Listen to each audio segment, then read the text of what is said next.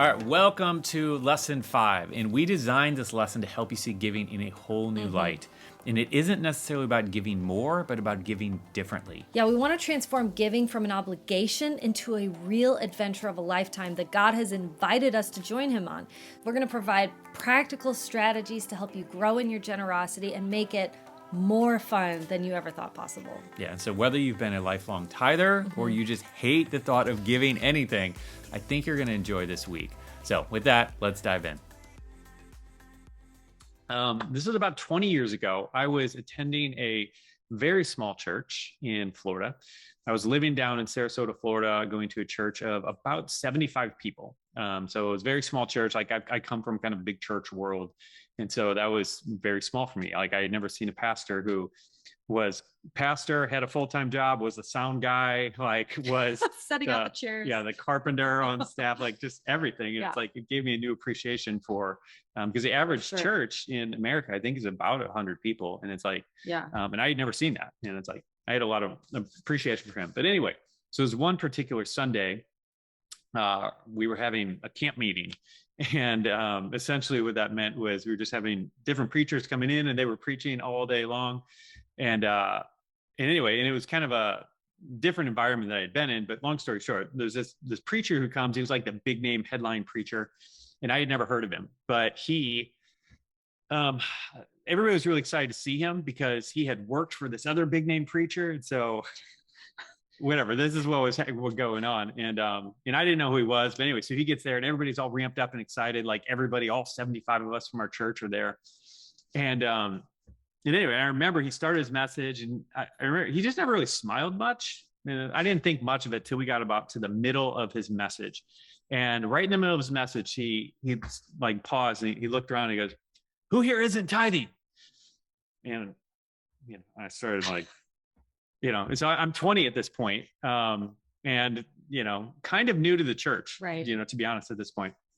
And so he said that, I'm like, baby Christian, is this normal? Is this what we do in church? Like, and so then like, and I thought this was maybe a rhetorical question. I didn't really realize that. And then he like paused 10, 15 seconds. No one raises their hand. And then he asked the question again, like, I'm going to get an answer here type of thing. And I remember like looking down and being like, I don't know what to do. Like, it was just kind of freaking me out because I didn't know if this was normal or not, And so another 15 seconds or so goes by and I'm like wanting to crawl under my seat, like trying to do that. I'm trying to think if there's a way I can escape to get out of here. But I'm like, wait a minute. But if I do that, like this is the guy who's going to call me out as I'm running out of the building and probably grab me by the shirt type of thing. And so I decided against that. And so anyway, he goes ahead and asks a third time. And like the tension of the I don't know, it was palpable. Like it was just so uncomfortable in this room. And the thing that blew my, anyway, so after another 10, 15 seconds, two guys sheepishly raised their hands and anyway, and they admitted that they weren't consistently tithing.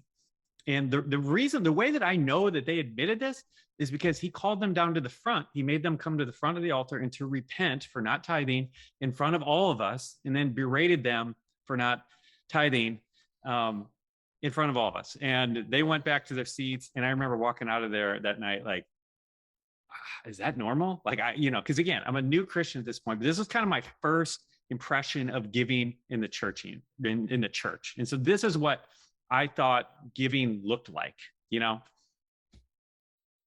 And so anyway, so that's not the only like kind of, weird thing that I think we've experienced with giving. Kind of. So here we are. We're talking about giving tonight, guys. Get out of here. Yeah. I don't know if you guys have had, anyway. The other thing, have you ever given or had someone give you something out of guilt or obligation? So, I mean, this has happened to us. It's like you are kind of forced into giving someone a gift because they gave you a gift, and it'd be awkward dynamic if you didn't give them one, but you didn't really want to get them one and you don't know what to get them. And so you feel stressed out and whatever. Or like you're in the grocery line and they're like, would you like to donate $5 towards, supporting animal voting rights or something ridiculous that you're like, no, I actually don't.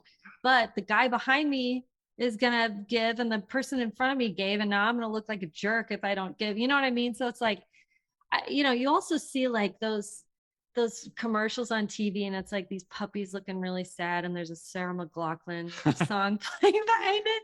Do you know what I'm talking about? Like, here's the thing. Like, I think that it is great to be able to make people aware of certain causes, right? But it is actually God's job to show us where we're supposed to give. And it is not other people putting pressure on us. Like, that just is not the right way to be giving. So yeah, people can bring our attention to it without guilting us into it. Yeah. And so anyway, the reason we're highlighting all these is I don't believe this is God's intention for giving to feel like this and to be something. I believe it is something that we can actually really enjoy and we can look forward to. And we're going to talk about this in a minute, but Jesus said it's more blessed to give than to receive. Yeah. And for a long time, I thought he was crazy. Like, I just didn't get it. But anyway, so we're going to talk a little bit about that tonight, about how we began to get it. And so one of the first things for me that really changed everything was a while ago, my sister Lauren, who actually works for us and who's on this call. Lauren Cantoni. Lauren. And so when she was back in college, like, I remember, like, she needed a laptop because basically she was living in my parents' house. They had this old, really, really old desktop computer, and she was just having a hard time getting stuff done on it. And she needed to take it to class and all this stuff. And so she needed a laptop. I knew she really wanted one and needed it. And at that point, we were very, very broke. This was the days of like me fasting meals because we're broke type of thing. And, but like, I knew this would be like the perfect thing if I could figure this out. And I happen to know a little bit about computers, but there's no way I could afford like, shelling at $500 to buy her one. But I did have a little bit of time and I could pray, and, we had a little bit of money. And so I thought, you know what I can do? Like, I can just go around a bunch of garage sales and see if I can find something that's actually good. And so anyway, so I went to all these different garage sales looking to see if I could find something. And God, dropped this gem at one of them where it was actually a pretty great machine. And I was able to get it for like $75, in which, to be honest, that was a really big stretch at that point financially for us. But I knew how good of a gift it would be for her. I knew the need and like all these different things. And so it was something that I was really excited to do. And it's a really memorable moment for me, because when we gave her that gift, like we wrapped it in. We put it in a laptop bag. Yeah. And so when she opened the gift, she was like, oh, a laptop bag. That's really nice. Now all I need is a laptop. And I think it was in her brain that she was like working towards buying one. But she opened it up to check it out. Yeah. And checked it out. and I'm so thankful that we caught this picture just of how excited she was. And it was just great because it was a stretch for us. Yeah. And, not all giving experiences work like this, where, but this was one of the highlights of my life where we got to experience this moment and we got a good picture of it. I mean, have you ever experienced this where like the gift, like giving the gift was actually more fun for you than the person actually getting it? Or no, it was equally as fun where you were not expecting. Yeah. Is anybody, throw it in the chat. Give me a wave. Like, if you've ever had a moment like this where it's like, that's what I want giving to feel like. Like, cause that's the thing that's the thing that makes it so special, so fun. And as we had this moment, I think we started thinking to ourselves, like, how can we do more of this? Yeah. Like, and this thing just kind of became addicting to us a little bit. We began praying for more moments like this. Yeah, absolutely. And we began looking for them too. It's like, how can we do this again? Because it just was so much fun. Yeah. So, all right, I want to talk now about 5 truths about giving that we discovered, that we've discovered over the last 20 years of our marriage. And I feel like this is something that God has just led us through a lot. We've been through a crazy journey of giving, and we're going to share some of those details in here. But for whatever reason, God has just really stretched us in this area. And I'm not sure why, but because he has different things for all of us in terms of our giving and generosity. And so as we go through this, look at other examples, like, don't be comparing yourself with anyone else. But be listening to God for what he has for you to do and what he wants for you to do. And And what that might look like now might be different than a year from now, or might be Yeah. different from 5 years from now. But just stay listening, allow yourself to be fluid and not to get too locked on. Like one thing that I'm trying not to get the cart ahead of the horse, but one little thing I'll just throw out here is something God had to deal with me about was, some of my retirement accounts. And in some way, like we talked about, like we view all of the money that we have as assets under management, and this is money that we're managing for God. And if that's the case, then these retirement accounts, even though they have my name on them, even though the IRS says they're Bob and Linda's Roth IRAs or whatever, at the end of the day, like these are God's assets. I need to be fluid with that, however he might want me to use that. And I'm not saying God's going to tell everybody to cash out their, retirement accounts when they're 40, but that's just something that he, is dealing with me. Yeah. And like, I want to be someone who is fluid to roll with wherever he wants to take us, Yeah. And I mean, we mentioned this last week, but in this class, one of you got it on your heart to bless another one of you in this class. Okay. So there's two people, they don't know who each other are. And they contacted us to help be the middleman basically. Yeah. Which was super exciting for us because for a lot of different reasons. We mentioned last week how it was like we're already watching the provision take place, where people are showing up and seeing the provision happen. But what also got me really excited was that this other couple was ready to go. When God said, I want you to give this, they were like, okay, how much? When do we need to do this? How can we make it happen? They were ready to go. And I think that's why we like to talk about the giving in context with personal finances, because when God is asking you to do something, and this can be giving, but it can be other things too, we want you to be ready to just say, okay, let's go. So all this ties together. In the big picture here, my passion for each one of you is to get to the financial position to where you are ready and where the money is just sitting there. Like this is when it gets really, really fun. Yeah. But, so those of you who are paycheck to paycheck and you feel like, I want to give more, but there's just not much there. Like, let's change that. Yeah. And it's like, I want your family to be blessed. I want you to have whatever you need to take care of your family. Like I want that there, but I want you to be free to be able to give whenever he tells you to go, whenever he tells you to give a certain amount to somebody in a class or whatever the thing may be. Like I want you to be ready and to be in a financial position to be able to do that. So, amen. All right, let's talk about these 5 truths we discovered about giving. All right, number 1. First one is that it multiplies. Yes. So has anybody seen the movie The Martian or read the book? Anybody?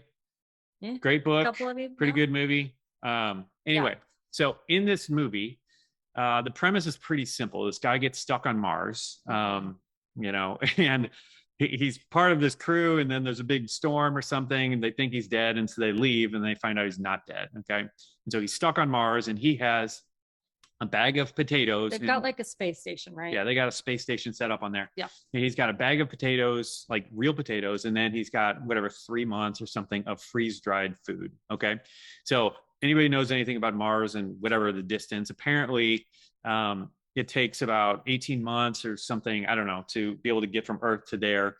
So the point is that this guy needs to figure out how to survive for 18 months with 3 months worth of food, minimum, with 3 months worth of food and a bag of 12 potatoes. Okay. And so the plot of this is, I mean, a lot of the plot is based around this, about how he survives. And, and so he could just cook all these potatoes and eat them. And then he could eat all the freeze-dried food. And then he makes it, I don't know, maybe 4 months or something like that. But he's going to die. He's not going to make it. But he was a botanist. And so what he realized. Unfair advantage. There you go. His unfair advantage. He was a botanist and had honed his craft. And he was one of the first people, or the first person to ever grow anything on Mars. So what he realized is he could take the potatoes, split them up. Anybody who's gardens, you know that you take a potato with an eye and you cut off that little piece, and then you can plant it, and another plant will grow, produce more potatoes. And so he realized, I can take these potatoes, put them in the ground, grow them, they create more potatoes. I can take those potatoes, plant them, grow them, create more, and just go through this cycle a few times. And anyway, ultimately, he realized the way that I'm going to ward off starvation isn't by eating what's in front of me. It's not by eating first, but by planting first. And so a lot of times when giving seems like the last thing that we should do, it's often exactly the thing that we need to do. Yeah. And so you can think of it like planting a seed and realize that It is a thing that we often need to do to set things in motion, right? Yeah. And so I want to read a story to you from this is 1 Kings 17. Okay, good. And I have this I'm reading it's in New Living Translation because I kind of like that. So I'll just read. All right. So then the Lord said to Elijah, go and live in the village of Zarephath near the city of Sidon. I've instructed a widow there to feed you. And so he went to Zarephath. And as he arrived at the gates of the village, he saw a widow gathering sticks. And he asked her, would you please bring me a little water in a cup? And she was going to get it. And he called her and said, hey, bring me a bite of bread too.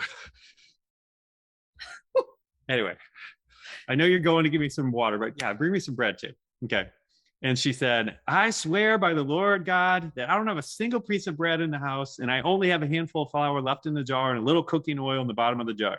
I was just gathering a few sticks to cook this last meal, and then my son and I will die. Okay. It's pretty bleak. That's a bad situation. Pretty bleak. And he's saying, go give me some water. Go give me some bread. Yeah. But Elijah said to her, don't be afraid. Go ahead and do what you said, but make a little bread for me first. His audacity is unbelievable. But make a little bread for me first, and then use what's left over to prepare a meal for yourself and your son. For this is what the Lord, the God of Israel, says. There will always be flour and olive oil left in your containers until the time when the Lord sends rain and the crops grow again. And so she did as Elijah said, and she and Elijah and her family continued to eat for many days. There was always enough flour and olive oil left in the containers, just as the Lord had promised through Elijah. So good. So yeah, I love miracles in the Bible. Yeah, I read this and I don't know, maybe you probably feel the same way I do. Like he's so bold and like I would never do that. Like someone who is that destitute, someone who is that broke, who is literally ready to die because they are just, I'm done. I have nothing else left. And then for this guy to come in and say, hey, I know you have nothing left, but I want you to give me what you have. Like I'm literally asking you to give me what you have. Like it's really hard to wrap my brain around. It just feels like, how dare you? How dare you do that? And there's a reason why he did it that I think most people miss. And I believe it's because he understood this principle that when you give, it multiplies. He knew that our way out wasn't by consuming the little bit that she had, but by giving it. Yeah. And I think this is such an important thing that I don't know, that's easy to miss. Yeah. And I think the other thing that's easy to miss is that at the very beginning, it says, he says, Elijah, go here. I've instructed a widow to feed you. Yeah. She knew about this. She knew it was coming. She knew what she had left. And she, you can tell by the tone in her voice almost that when he came to her and said, can you make me something to eat? She was like, I don't have anything. Like, I don't have anything to give you. I'm just about to make my last meal. But when Elijah shows up, it was like the answer to her prayer was there. Like God was saying, I want you to feed this guy. And through this inconvenience is going to be your miracle. Yeah. I love that. I think that's, So when we're giving, it's like planting seeds. Okay. And so if we go to 2 Corinthians 9:6, you'll remember that Paul says this. He said, remember this, whoever sows sparingly will also reap sparingly. Whoever sows generously will also reap generously. Now, this isn't a farming lesson. You can look at 2 Corinthians 9. It's really clear this is not a farming lesson on, but it is, this chapter is specifically talking about giving. Okay. And then if you go to the 10th verse in this chapter, 9:10, it said, for God is the one who provides seed for the farmer and then bread to eat. In the same way, he will provide and increase your resources and then produce a great harvest of generosity in you. So some of the money that comes in, some of our income is bread for us to eat. And some of it is seed to be planted or given. Yep. Okay. And then the harvest that follows by planting those seeds is meant to provide for us and others. It's not just us, but it's meant to provide for us and others. And so I love this because, you've heard this, like we're blessed by God in order to be a blessing to others. Yeah. But God created us to be conduits. Like as believers, we are conduits, and the blessing is meant to flow through us to the world around us. And the world around us should be blessed because of us. Yeah. Okay. Now, here's the thing, like you probably, like me, have seen people pervert this idea. Okay. I think we've all seen this. Like we all have seen whatever. You know what I'm talking about? Like this perversion that we give just to get, right? The God's nothing more than a genie or a slot machine that just gives us whatever we desire, you know? But here's the thing, just because somebody is twisting a Bible verse or taking it out of context or using it as a weapon, like that doesn't make the verse itself untrue, right? And this is one of the great ploys of the enemy, like to take a biblical idea and then twist it and then get people to not only dismiss the counterfeit, but to also dismiss the truth. Like we've seen this a lot with a lot of different things. And the devil even tried to do this on Jesus. You know, remember he said, if you're the Son of God, throw yourself down, for it is written, he'll command his angels, you know, concerning you, and they will lift you up in their hands and you won't strike your foot against a stone. Like the devil's sitting here taking this Bible verse and trying to get Jesus to do something that doesn't line up, you know, and by perverting the word, you know? Yeah. And I think that bears repeating. So I'm going to say it again for you guys in case you missed it, in case Bob said it too fast. But one of the greatest ploys of the enemy is to take a biblical idea, twist it, and then get people to not only dismiss the counterfeit, but also dismiss the truth. Yeah. And if the devil was doing that to Jesus, like certainly he's doing this today. Okay. And so again, there are people who are taking Bible verses and trying to use them to, you know, to give, to get, and trying to manipulate God and satisfy their materialistic desires, all the stuff. But the truth always remains that giving produces blessings. Like there's no getting around it. It's just like gravity, and we're all subject to these laws set in motion. And, you know, and you'll see these, you've probably seen non-believers operating, you know, in some of these biblical principles and maybe not even knowing that they're doing it. But because it's just laws that God has set in motion, like we can either work with it or we can work against it. Yeah. Galatians 6:7 says that do not be deceived. God cannot be mocked. Whatever a man sows, he will reap in return. Okay. So with that, let's get on to point number 2. And this is that by giving, we can store it up. Okay, so this is us at the Williamson County Fair. All you Nashville, Franklin people, you might recognize this, but I mean, it's just a county fair. We love going. It's always in August, and it is hot, blistering hot. The little kids melt really fast. But we go there, and you walk through the gates, you pay your admission, and then you have to go buy tickets so you can ride the rides, right? Because with an 8, 4, and a 2-year-old, you got to ride the rides. But when we leave, we are like trying to use up the rest of our tickets as fast as we can. Or if there's a few left over, we'll just start giving them to people because we can't use them at this point. Well, yeah. And part of the strategy is buying the exact right amount of tickets, because we don't have to go back to the booth and buy more. Yeah. But we also don't. They're expensive and we don't waste money on it. Buy too many. So I won't even tell you how much this costs, but every year, like at the end of the thing, like we really want to make sure we've used up all the tickets, because these tickets are now completely worthless, right? I mean, these are not going to do it. Even though this might be $50 worth of tickets when I bought them, I can't do anything with them anymore, right? At the time I could go on all these rides and whatever, but now they're worthless, right? Okay. Yeah, they don't carry over to the next year. Yeah. It's over. So I kind of think our lives on earth are a little bit like being at this fair. Okay. So we can accumulate all these different tickets, okay, in the form of bank balances, investments, stuff, cars, whatever, all these different things. But the end of our days, you know, when the show's over, like all of that's worthless. Okay. Right. Okay. So here's the thing. So what if it didn't work exactly like that? What if it was just a little bit different for us? Okay. So let's suppose you have 1,000 tickets at the fair.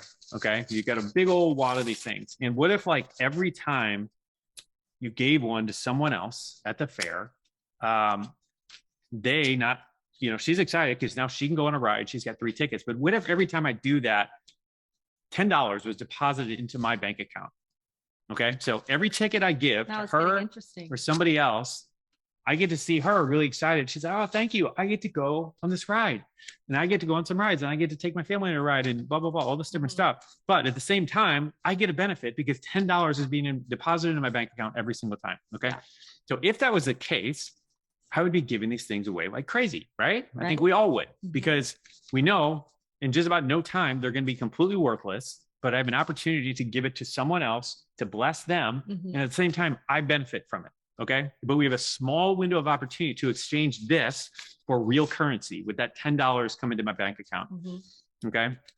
I just have a limited opportunity, limited window of time to kind of make that happen.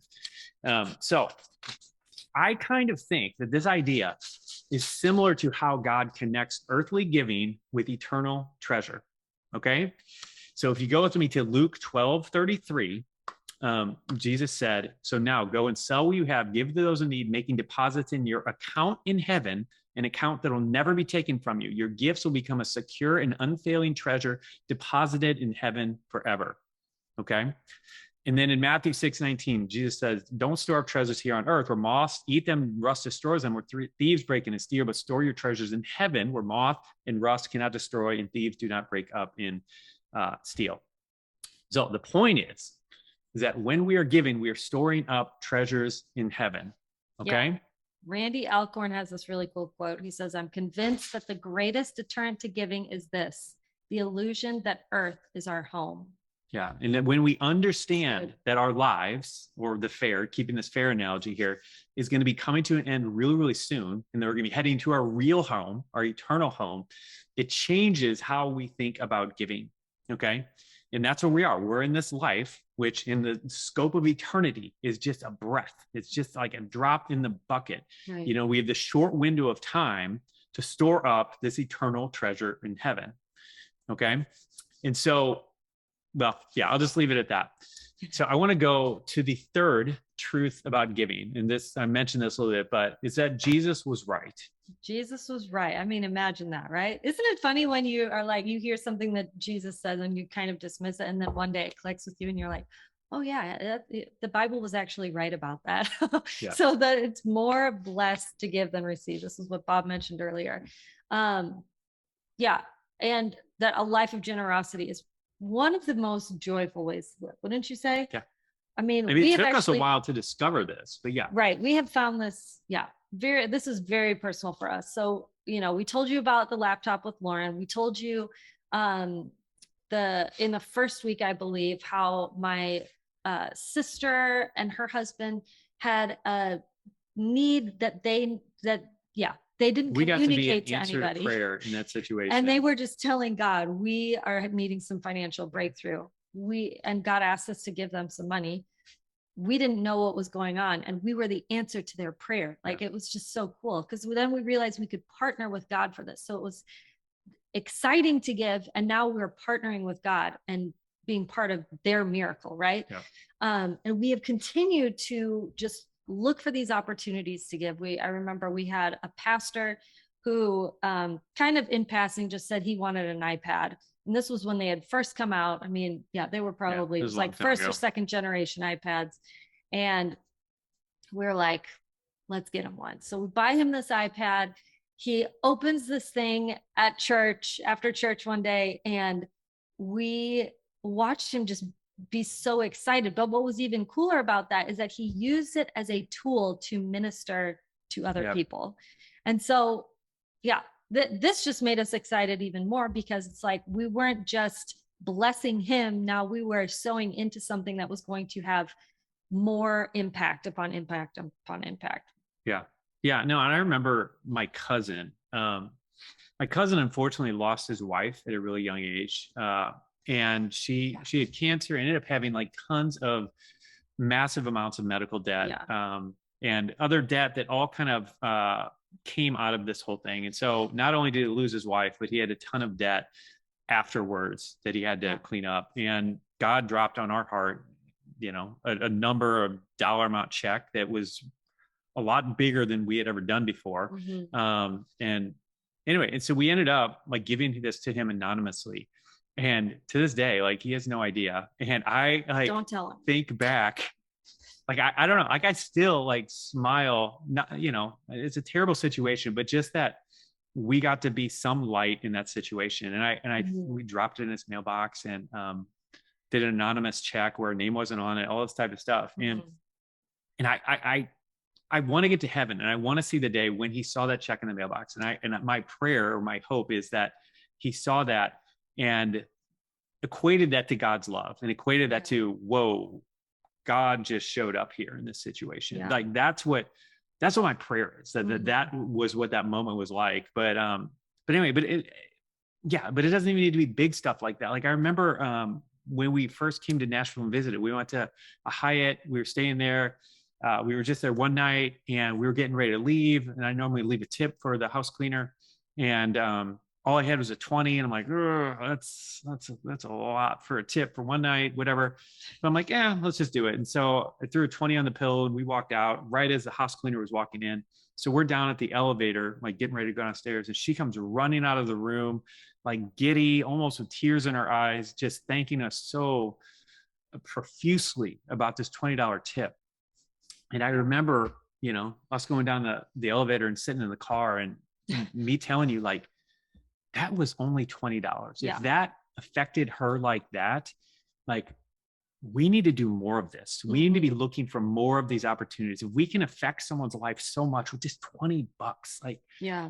I want to find more moments like this. You know what I mean? Yeah. And I mean, the bottom line that we're trying to tell you is that these are some of the highlights of our life. Like, we have a lot of stories like this where it was like, it was just so much fun for us to be able to be part of this. Yeah. Right. So yeah.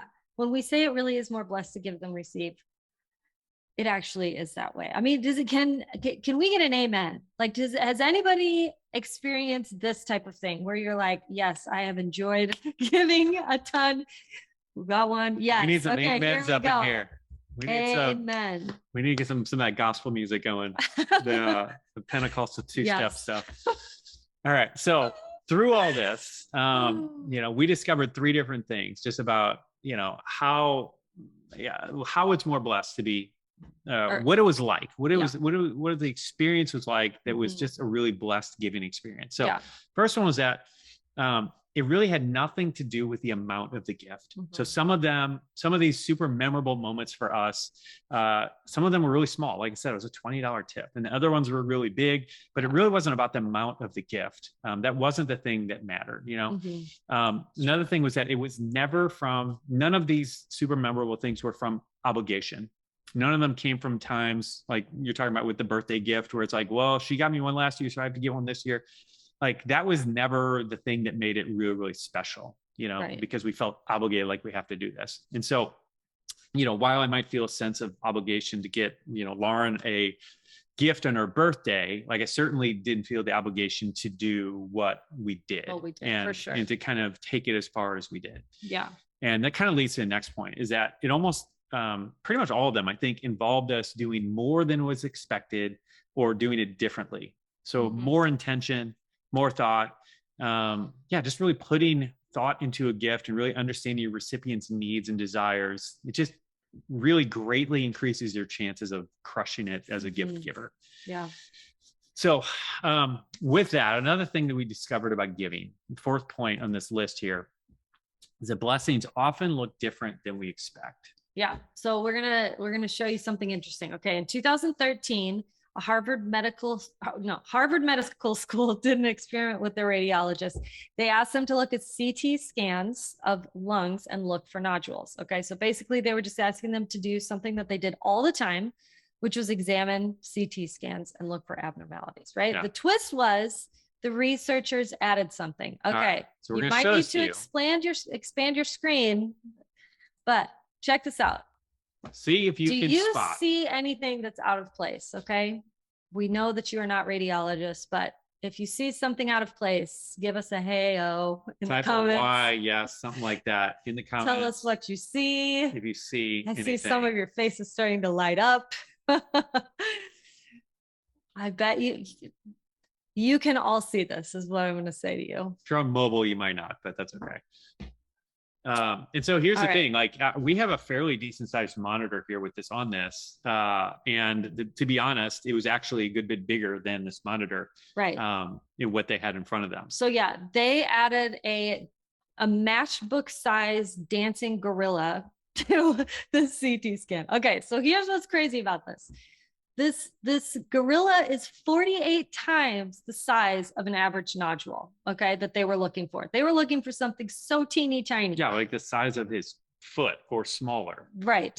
Okay. But guess how many of these radiologists, how many do you think missed it? I tracked them all. And 83% missed this gorilla. Yeah, so 83% of these the people. eye tracking thing, they had eye tracking so they could see that they literally stared right at it. Looked right at it. They yes. looked right at it. Thanks for helping me. And me they did with not that. see it. Yeah. I mean, how did they not see it other than, right, they were not looking for it. That's the only explanation, is they weren't looking for it. Because of course, then they tell them at the end, well, did you see the gorilla? Then they look at it again and they're like, oh my gosh, how did I miss that? Right. Yeah. But how many of God's blessings do you think that we miss simply because we're just not looking for them? Yeah. So a few years ago. Good question, right? Yeah. A few years ago, I joined the Jeep Club, got me a Jeep. I don't know if you guys remember. I remember all those bumper stickers. It's a Jeep thing. You wouldn't understand. Yeah. We don't have one of those. We're not those people. We didn't put one on our Jeep. But anyway, so I got this Jeep and I was all excited. So I think I don't know if I had the doors off or not. I started taking the doors off. That's really great. I love it. Anyway, but I'm driving around one of the first days when I got my Jeep, and whatever, sun's or the wind's blowing through my hair in every direction. My hair is getting all messed up like crazy. Seriously. And I'm having this great day. It's like 75 degrees and sunny. And anyway, and so I'm at this stoplight, kind of parked, and this guy drives by and he almost like falls out of his car waving at me. And I'm like staring at him, like, do I know you? Like I couldn't recognize him. But I mean, he was waving so much. I'm like, hi, like Does that ever happen to you where you're like, I don't know who that is? I don't know. Your wave anyway. So I gave him like a courtesy wave. I'm like, I don't know what's going on with this guy. Anyway, so, and then I drive down the road, maybe like another 2 miles or something. And then like, somebody just kind of waves as I'm passing. I'm like, what is going on? Like everybody's so friendly today. It's just weird. It's a nice day. Because we don't live in this tiny little town where everybody waves at each other. It's just not that common. And then, anyway, and then I drove a couple more miles. I was almost getting home and somebody waved again. I'm like, well, I feel like Truman on the Truman Show. Like, what is going on? Why is everybody waving at me? And then it all started clicking. It's like all three of them were in Jeeps. It's like, oh, this is what you do when you have a Jeep. You all wave at each other. Okay. Now you understand. That's and the so, thing. Yeah. And so anyways, that's the club. That's part of the club that I kind of figured out. It's the same with motorcycles. They're curious too, because I had a motorcycle for a while. Anyway, but so here's the thing. Motorcyclists don't wave to you. Yeah, there's a scooter Harley thing where they don't play. Yeah, they don't work together. But you're curious. Because we have a scooter too. Anyway, all right. But here's the thing. So far too often, like we miss what God is doing because we aren't looking for it and we're not looking for something else. And so, and this was what it was. Like I was looking for Jeeps all over the place, like because this was a thing to do. And so I started looking everywhere and I started seeing them everywhere. I started seeing Jeeps all around us. But that's the thing. Like it's really easy for us to miss what God is doing if we're not looking for if we're looking for something else, just like those radiologists in this situation. You know what I mean? Yeah. So this is like, a promotion that you could get at work. Right. Like, it's not really, this is just my hard work. I worked really hard at this promotion. It's not really the blessing of God. Yeah. But like the check shows up in your mail out of the blue and you're like, well, that wasn't actually God. That was just money that was owed to me, kind of thing. I mean, it's this, you know what I'm talking about? Yeah. Just making excuses for the blessing of God and calling it something, because God works through natural means, all the time. Yeah. Or I mean, yeah, there's millions of things where this happens. Somebody gets pregnant and they're like, well, the doctors just really knew what was going on. It's like, well, maybe the Lord was like leading you to the right doctor, or maybe the doctors actually weren't involved. You just think that they were. Yeah. And I'm reminded of the Pharisees, who you would have thought would have been a little bit better at recognizing Jesus with their knowledge of scripture, but they completely missed him when he stood right in front of them. Isn't that embarrassing? Directly in front of them. They're talking to him and they missed it, and they're waiting for him. And they still missed him. They're literally face to face with God, embodied in human form. But because it was a supernatural blessing in a natural package, they missed it. Yeah. Okay. So before we get to number 5, give me the next slide. Okay. We want to give you some practical ideas to make your giving more purposeful. Yeah. So let's talk through that. All right. So a few years ago, I met with a life coach, He didn't call himself a life coach. I called him. I called him my life coach. I was at a position in my career where I desperately needed a life coach. I was stuck in dead end career and just really, really struggling and really beat down and demoralized in the work I was doing. And we talked a little bit about that, but last week, I think. But anyway, so he was a believer that I knew who was really successful. And I said, hey man, can we just chat? Can you just help me? Like, I just need a little help, like a little bit of inspiration. Just give me some career advice, some direction, all this stuff. So he said, yeah, meet me at Cheesecake Factory at this time. And so I drive over there. I meet him at Cheesecake Factory. I didn't know him. I'd never met him before. We'd said hi in church, and that was about the extent of it. But we get in Cheesecake Factory. He's a very direct guy. And so I sit down, and he's like, all right, what do you want? And I'm like, is this about food or like what? You had only gotten to page 7. You didn't know. Cheesecake Factory menu. Yeah. So I remember like their menus are like 25 pages or something. Anyway, so he's like, what do you want? And I'm like, food, what? He's like, no, what do you want? Like, what do you want out of life? What do you want? I'm like, I don't know, man. My life's just terrible. Like my career's terrible. Like, I just want it to be better. He's like, nope. You can't do that. It's got to be specific. You got to write down specific things, And so he forced me to create some 5-year goals. And he forced me to create a salary goal. He's like, what salary do you want? I'm like, I don't know, more. I just want more. Like, I don't have enough. I'm barely making ends meet. Like, I don't have enough. I just want more. It's like, nope. You got to write down a number.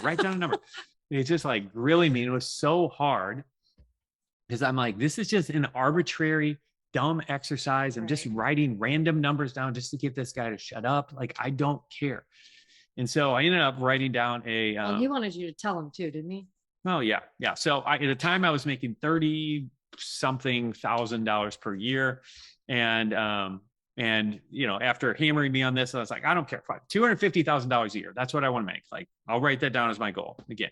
And I'm sitting there thinking, I've had, one raise in the last couple of years, and I've gone up about 2% of my income over the last 4 years. I'm like, it is so far beyond the realm of possibility that I could ever earn a $250,000 a year salary that this is just like stupid. But I just want the guy to shut up. So I write it down. Okay. And so then he goes on, he's like, well, what else is important to you? And I'm like, well, giving is kind of important to us. So we kind of want to do that. And he's like, well, how much do you want to give? I don't know. I just want to give more. Just let me say more. He's like, nope, it's got to be a number. So I said, all right, $500,000. So I want to give away $500,000 in the next 5 years. He's like, no, you can't do that because you're not going to be earning enough. If you tithe off of $250,000, that's not going to be enough, blah, blah, blah, blah. He's like, you can't do that. I'm like, listen, man, this is my stupid goal that I'm writing down. Just let me write down whatever heck I want. I'm sticking with the $500,000. I want to do that. And so this is what's going on in this meeting. And, we a couple more things that he grilled me on and forced me to write down these goals. And I remember leaving, walking out to the parking lot and feeling so much dissonance in my heart and mind. Because I knew where I was. I didn't have the skills. I didn't have the connections. I was in a dead end career path. Like, I didn't have anything going for me. Mm-hmm. Like nothing in me made any of this seem like there was ever any way it could ever happen. But I did have God. And if you remember Ephesians 3:20, he's able to do exceedingly abundantly above and beyond all we can ask, think, or imagine. Am I thinking the right verse? I think so. And anyway, so in this, I still had so many doubts and questions, but just this act of writing down these goals and opening myself up to the possibility of failure and like just kind of coming face to face to that was actually a huge step of faith. And I didn't realize this at the time. It was just kind of this mustard seed sized amount of faith, but I actually do believe that it was faith. Like, and again, like I would have never done this on my own accord. And I'm so thankful that he stretched me to actually write these things down. And so I love what Mark Batterson, and I really love him as an author. And one of the things that he said, I love this. He said, the brain is a goal-seeking organism. Setting a goal creates structural tension in your brain, which will seek to close the gap between where you are and where you want to be, who you are and who you want to become. Goal setting is good stewardship of your right brain imagination. It's also great for your prayer life. And I love this because that's exactly how it was for me. It's like there was this huge, painful gap between where I was and where I wanted to go and what I wrote down on that paper. And it left me feeling a lot of I don't know, it left me feeling very uncomfortable. But like Mark is talking about here, I do believe that as we set these goals in faith, as we partner with God with these things that seem so far beyond the realm of possibility, that there's an opportunity, for him to do a lot of stuff here and connect a lot of dots that we might not even know how they're happening. So the question now that I have for you, I'll ask you like what he asked me all those years. Like, what do you want? Like, what has God put on your heart? What is this God inspired desire, that God has dropped on your heart? Right. Yeah. And I don't know if you're like me, but I've really struggled with setting a goal. So if you have any of that, you can think about this more like just dreaming with God. Like, let your imagination go where it should go. He said he can do more than we could hope, think, ask, or imagine, right? So let's imagine what could God possibly do through you, right? And you can start with, what has God put on your heart to give? That's what we're going to start with today. Yeah. Do you want to retire early so you can volunteer for missions? Do you want to sponsor a child? Do you want to solve the starvation problem in the world? That'd be great. Just knock it off. Like it can be anything. It just can't be too small. Okay. Because this is not what you can do in your own strength. This is what God can do. And don't be afraid to let God in on these secret desires that he probably put there in the first place, right? Yeah, I think he's planting them there for us to discover. And anyway, so in a couple of minutes, we're going to have you start writing some of this down. Okay. But first I want to talk through a framework that I really like to help generate some ideas here. Okay. So a simple framework comes from Pastor Andy Stanley, and it's simply this. Let me pull it up here. Give from a grateful heart, and then give from a broken heart. Right. Okay. So we're going to unpack this a little bit. Yeah. So what are you grateful for? Are there people that you're grateful for? Are there organizations you're grateful for? I mean, this is why we've always given to our local churches, because it's impacted our lives so much, and our lives have just been radically changed through the church. So yeah, what are you grateful for? That's number one. Number two, what breaks your heart? So situations with individuals, maybe there's like a GoFundMe that you're like, oh man, I see that. We just had someone in the SeedTime community that contacted us recently, and her husband out of the blue just passed away in their home. In the early 30s? Yeah, they have early two 30s. Little children. And Bob and I were like, what can we do to help her? Because it just broke our hearts, right? So we've all run into situations like that. Natalie Grant goes to our church, and she spoke a couple of years ago at our annual conference, and she talked about an organization that she started to help combat human trafficking. And I remember Bob and I were sitting in there and listening to one of the stories that she was telling about something that she saw. And immediately Bob and I both, I could burst into tears talking about it now, because it impacted us so heavily that it wasn't just, we could tell this isn't just something that is a sad story that she's telling. And she really wasn't even trying to make it a sad story. She was just telling her experience. Explaining, what happened. And it wrecked us. It was something we thought about for weeks and months, and now years later, that we're like, what can we do to get rid of this problem? Like, you can use your wallet to fix some of these things. Yeah. And I think part of how we knew is it didn't affect everybody like it affected us. But that was part of how we knew there's something here that God has for us to do, because God has different things for all of us to give to. Like, we're all not supposed to give to the same things. Like, there's different things for each one of us that we get to be part of. And that's why it's so important that we do what he's leading us to do, and not what we're being pressured into. Right? Yeah. So, and I think a lot of times when things make you angry, that's another way to look at it. It's like, okay, well, if this is making me angry, is this a righteous anger? And how can I use that to fix the problem instead of just be mad about it? Yeah, we're just complaining about it or whatever. Right. All right. So now I want you to we're going to 3 minutes, and I want you to, prayerfully ask the Holy Spirit what God has put on your heart, like what some of these things are. And again, big, small, whatever. I'm just going to give you guys 3 minutes, and we'll kind of do that, and then we'll come back after that.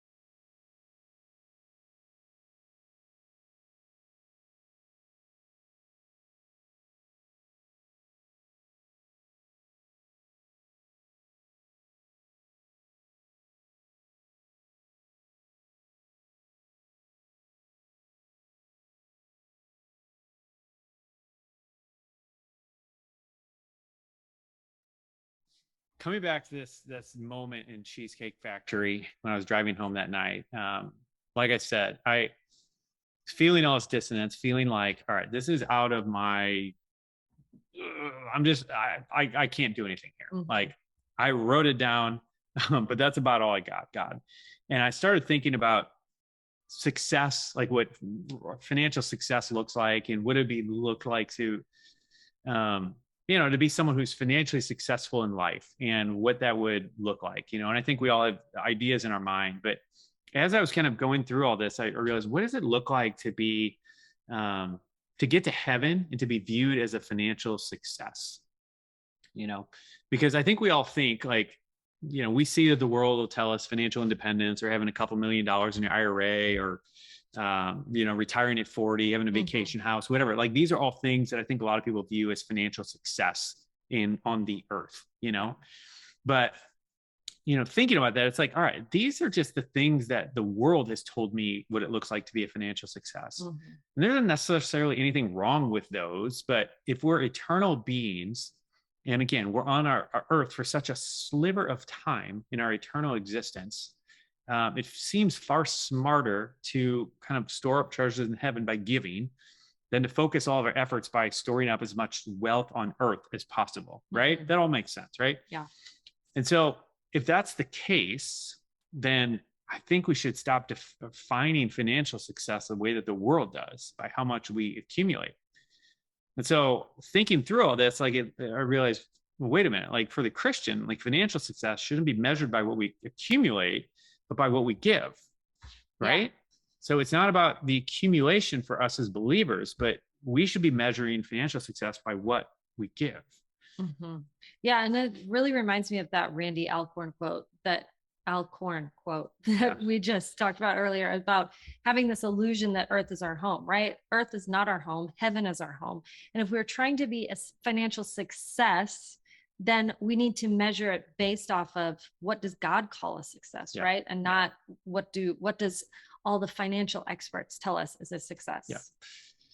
So with this in mind, I had a little bit of a problem, because like we talked about back in, I guess, week 1 or 2, we talked about our AUM. And that was, something that we were tracking and measuring our progress with that metric of our assets under management.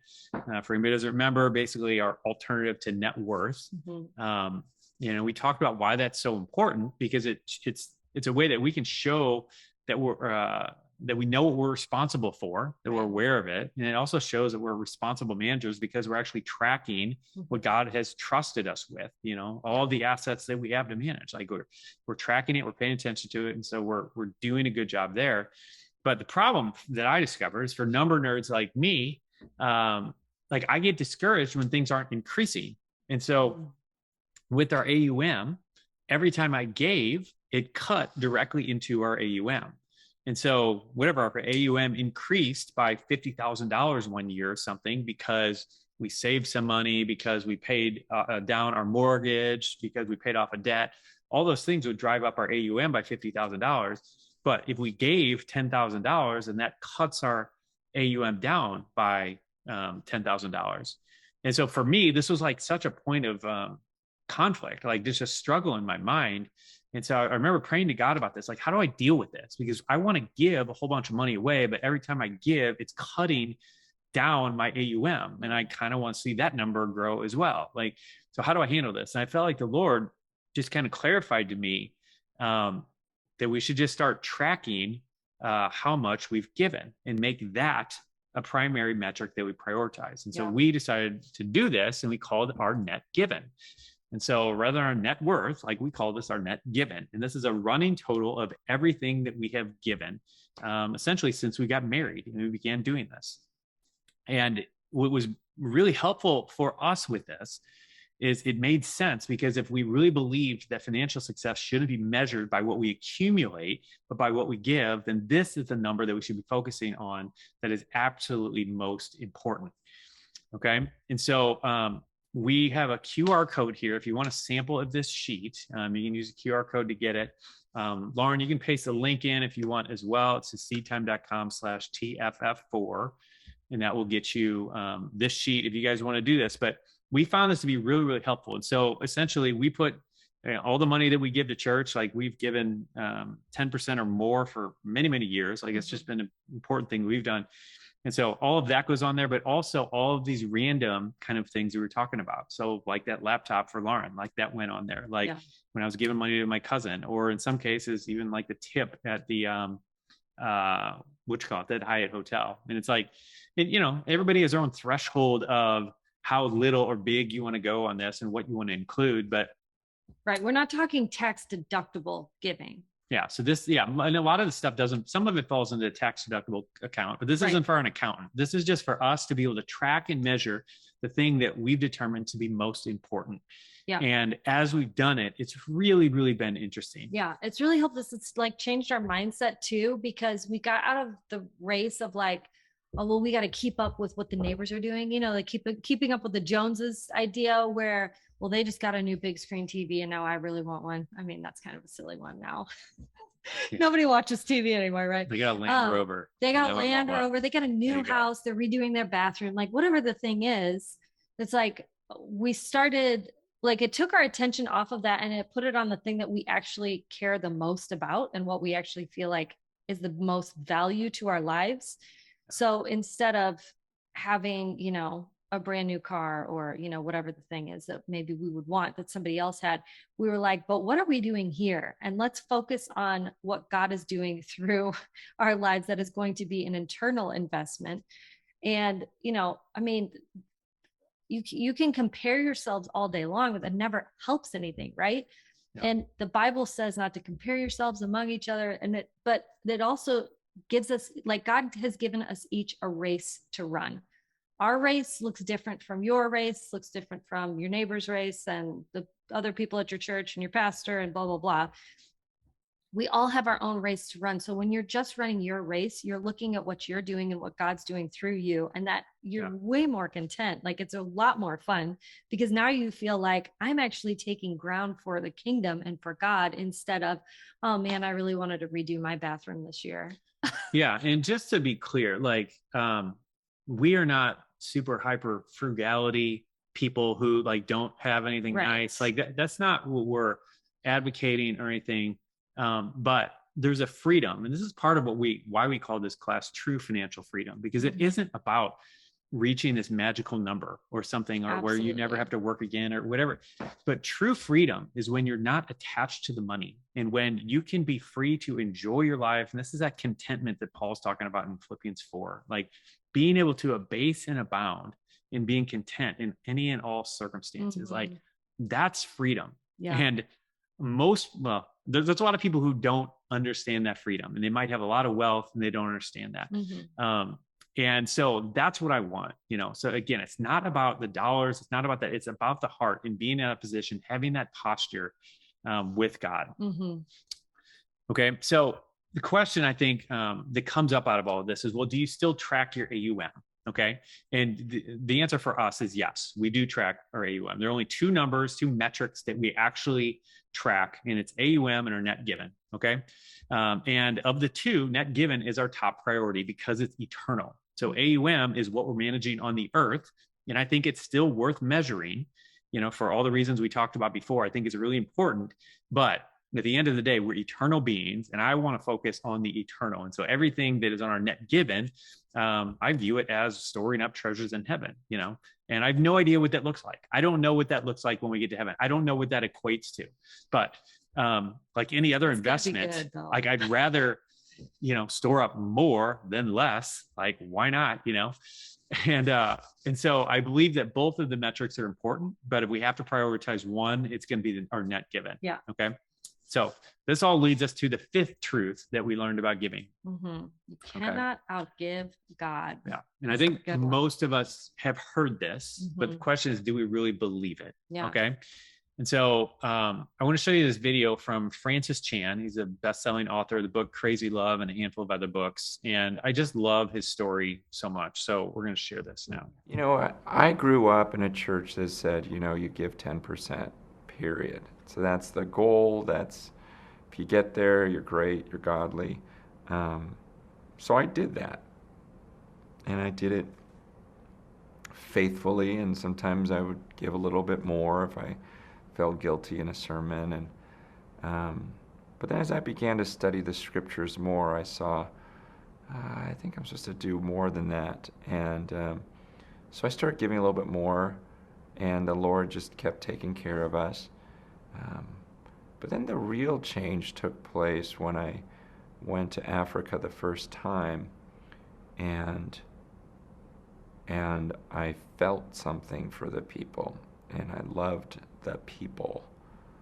And it wasn't giving out of guilt. It wasn't giving out of anything more than want and love. It's like, wow, I would much rather build them a high school than buy a new truck.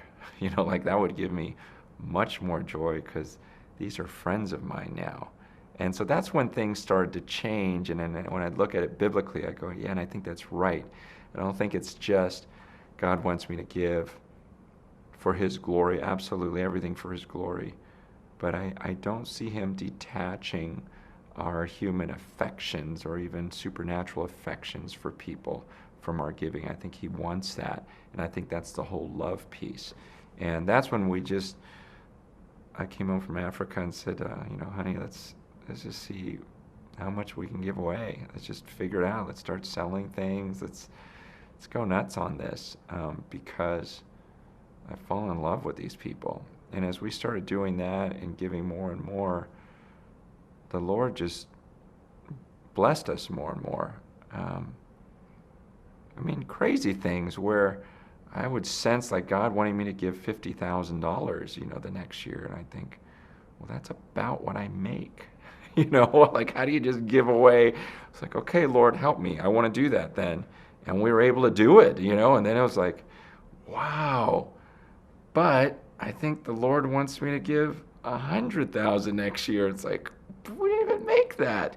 And it's just these crazy things. It's like, okay, let's just go for it, see what happens. And sure enough, we're able to do it.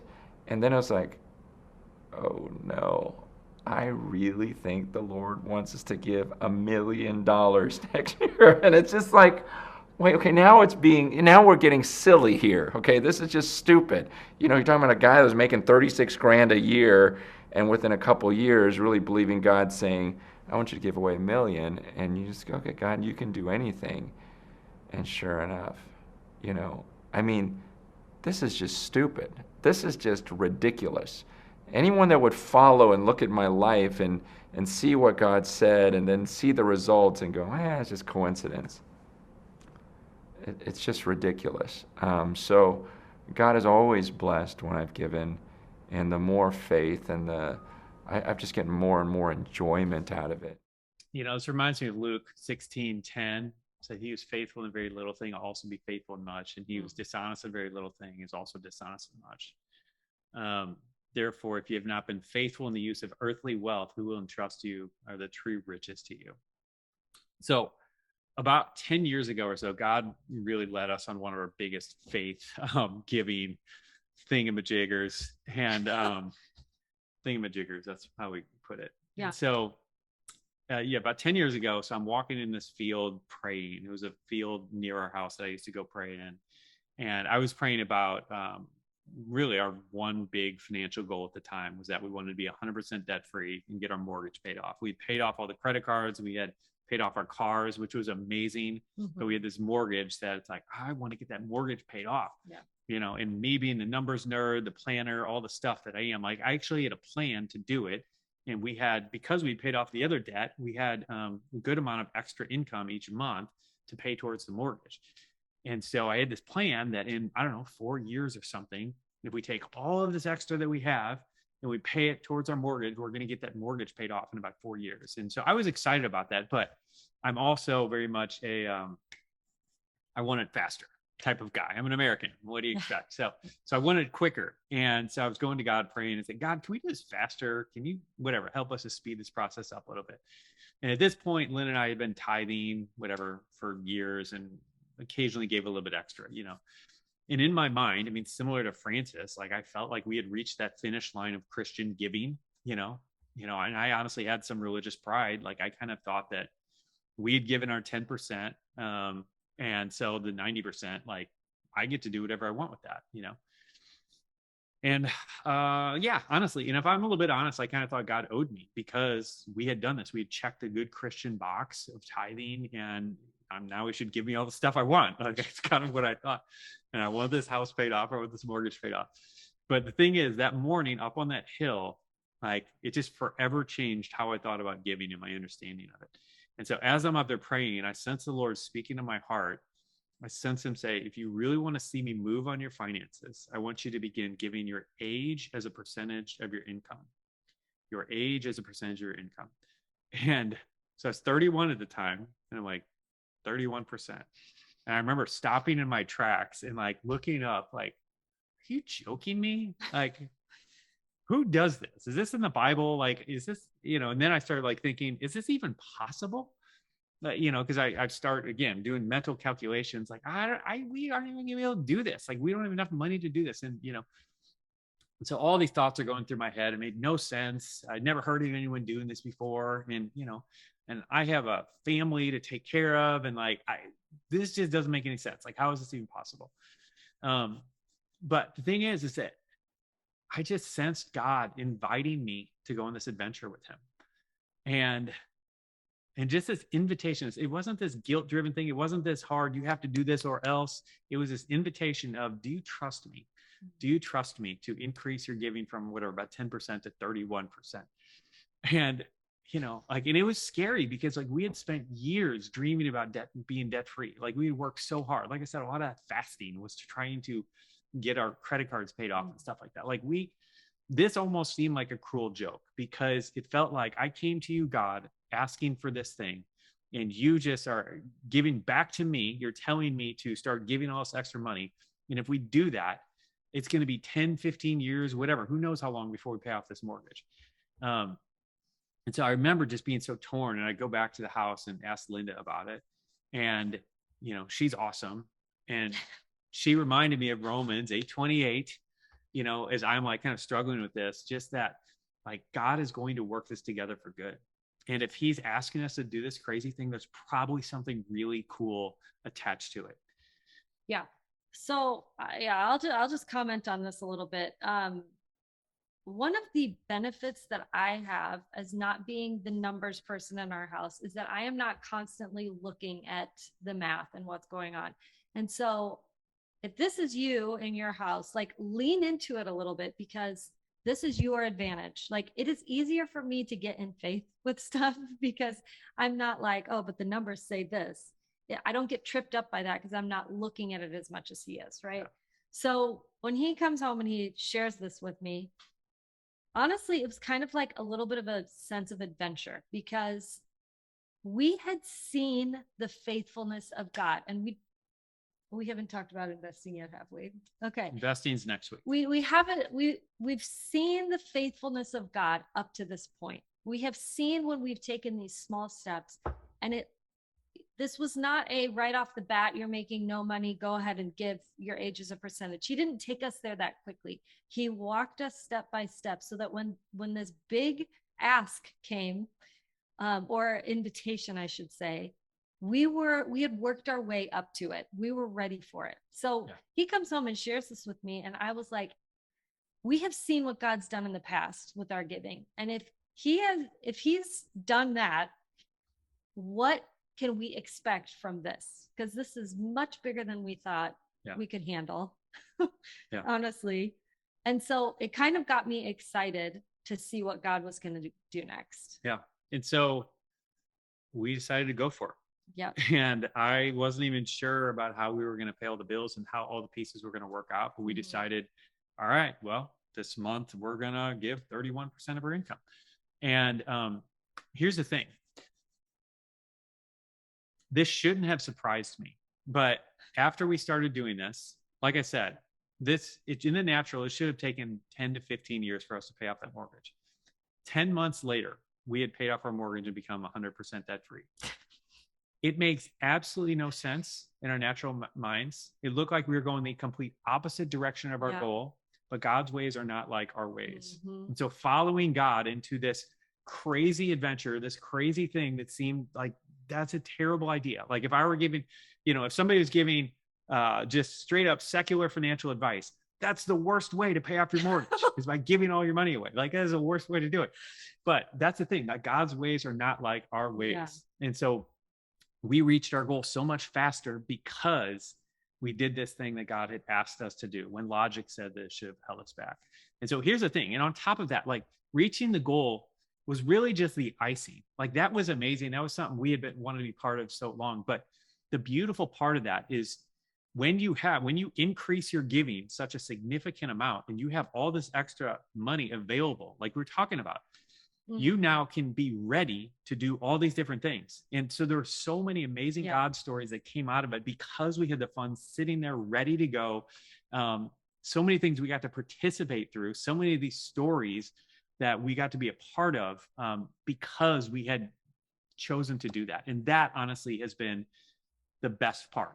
The mortgage payoff, awesome. Love it. And I talked to someone who went through this class, and at the end of this class, one of the things that they told me was it shifted their mind from, oh, I have some extra money, so maybe I can give this, to they were all of a sudden looking for places to give. Yeah. Where can I give now? Like, what's the next thing? Which is really exciting because it just puts you in a position to be listening more to where the Holy Spirit is leading you, and looking for places where you can actually help and partner with God to be the hands and feet of Jesus on the earth. Yeah. All right. So with all that, I want to take you to, we're going to be done probably in about 10 minutes. Bear with us. This is really important though. I want to show you, this is a chart of our giving percentage per year. And so as you can see, the first 5-6 years or something of our marriage, that's what we were giving. And then we began giving our age as a percentage of our income. Okay. Mm-hmm. And so on this chart, you see that what we were giving each year.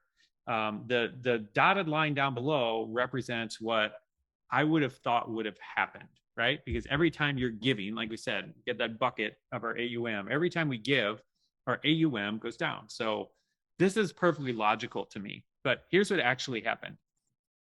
This is what actually happened. So as we increased and ramped up our giving, you can see how that increased. And then the AUM just seemed to go lockstep along with it. So yet another thing where it does not make any sense. Like this makes no sense at all that it should work this way. Mm-hmm. But this is the thing. I just believe that you cannot outgive God. Yeah. It's just another reason I'm convinced of it. And so there's this quote that I love by this old guy named R.G. Latourneau. He says, I shovel it out and God shovels it back, but God has a bigger shovel. Yeah. So anyway, awesome. At the end of the day, I just want to be someone who is worthy of managing more. Like, just like the parable of the talents. I want to be one of those good stewards who the master can trust with what he has entrusted us with, and be somebody who can manage the 5 talents, the 10 talents, whatever the thing is as it multiplies. And I just want to add to this. Like, if you would have told me 15 years ago that we'd given away 40% of our income right now, like I would have never believed it. It is so off the wall crazy. It just doesn't make any sense. Yeah. And you know what also is kind of like freeing about this is that, like, it puts us in a position that, okay, Lord, if you want us to give away 40%, like we're 40, so we're giving away 40%. If you want us to give away this much, then you're going to have to provide the money for it to happen. Yeah. I mean, it really takes the pressure off of us and like striving to get there and trying to just muster all you can and scrape together what you can. And it's kind of like, God, if this is what you have for me, I'm asking you to provide it. And if it's not there, then I can't give it. And, that's not on me. Yeah. That's on you. Right. Yeah. It really takes a lot of pressure off because it's his idea. So he is the provider. He is our provider. Yeah. Right. And so just so we're clear, like we are not telling you to give your age as a percentage. Not at all. Our goal, our job in this is not to tell you what you should give, but we want you to hear from God on what you're supposed to give. And we want you to do that. Like like I said at the beginning, like I don't want to be someone who is adding any pressure or guilt or anything onto you. Like that's between you and the Lord. You work that out, figure that out. But I do want to tell you our story because I think it can help some people. And so that's why we're sharing this. So I want to go back to that 5-year giving goal that we talked about, that $500,000, whatever that I wrote down. So 5 years later, we had not reached that goal. we did make some progress towards it, but we were really nowhere close. But you want to know what? Just 3 years later, we did reach that goal of giving away $500,000. And the reason I'm telling you that is to give God the glory on this. Okay. For So, real. like I said, like Francis said, anyone who looks at our life and looks at what's happened, like would just be absolutely convinced that this was God. This wasn't Bob and Linda are so smart. Like this is just God working in our lives. And we just want to give honor and praise to whom it's due to. But that's why we're sharing this. This isn't, I hope you understand our hearts here. This isn't some braggy thing. But the point is like, we just want to share what God has done in our lives so it can be an inspiration to you on your journey. Yes. Okay. So yeah. Go ahead. Okay. You go. Okay. So yeah, we're going to talk about why we work out, right? So we've talked about how it's more blessed to give than to receive. Why do people work out? Okay. Some people work out in the beginning because they're like, oh, I know I should do it. But anyone who sticks with it does it for one reason, because it feels really good. It makes your body feel stronger. You have more energy. You're less stressed. I mean, this is exactly what has happened for me. Yeah. Yes, Katie, feels great. You know it. It's like people work out because it makes them feel better. Okay. This is the same thing with giving. Like we're not giving to just be martyrs and just, oh, well, it's just what the Lord commands us to do. It honestly is the best way to live. Yeah. And I think this is what I've been frustrated that I feel like so much of the church has missed this because we viewed it as this obligation thing. And it's like, and I'm all for sacrificial giving, but absolutely within that, I think there is a way to do this joyfully. Like for sure. This, like Jesus said, it's more blessed to give than to receive. Like it's true or it's not. Like there's something there. Yeah. And I just want more of the church, more of the body of Christ to understand this. Anyway. So yeah, here's the deal. Here's what we want for you. When God drops something on your heart, I want you to be bold and to go for it, whether it's big or small, whether it's that $20 tip in the Hyatt that feels like, like just go for it. Okay. And if it's really big, like just go for it and go for it with confident expectation. Yeah. Okay. And it might seem scary. Like some of these things, like that thing was really scary for me. We've had a handful of other things that we don't have time to go into, journeys that he's brought us on, and invitations to go out on an adventure with him. But sometimes they were scary, but it also was this fun sense of adventure. Yeah. And so really powerful way to reframe your thinking. Okay. Yeah. And so we want you to pray about your goals that you wrote down or continue to kind of work through that if you need to, just prayerfully. Yeah.